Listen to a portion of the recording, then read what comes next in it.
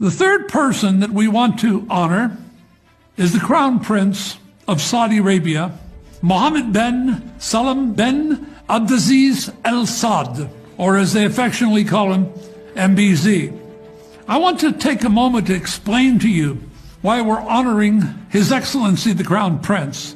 There is no leader in the Muslim world that has influenced the decisions that are being made to move the Muslim world to support the State of Israel more than this Crown Prince.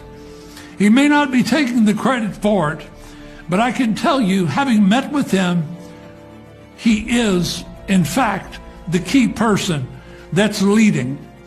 What I saw in the country under his leadership was astonishing. A total re-education program against anti-Semitism, including in the mosques, among the mullahs. They don't allow them to preach jihad and Jew hatred anymore. But in addition to that, I learned a lot when I was with the Crown Prince. He told me he understands Jewish people because his mother was Jewish. Well, he told me it was really his father's house director, and she was an Ethiopian Jew. He also told me his personal feelings about Israel, and he said the Palestinians have a simple solution. They need to copy Israel. They need to copy Israel.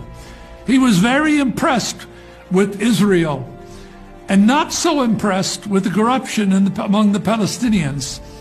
Keep your eyes on this Crown Prince. He's one of the most brilliant men living on the planet, one of the most articulate, and one of the most forward thinkers.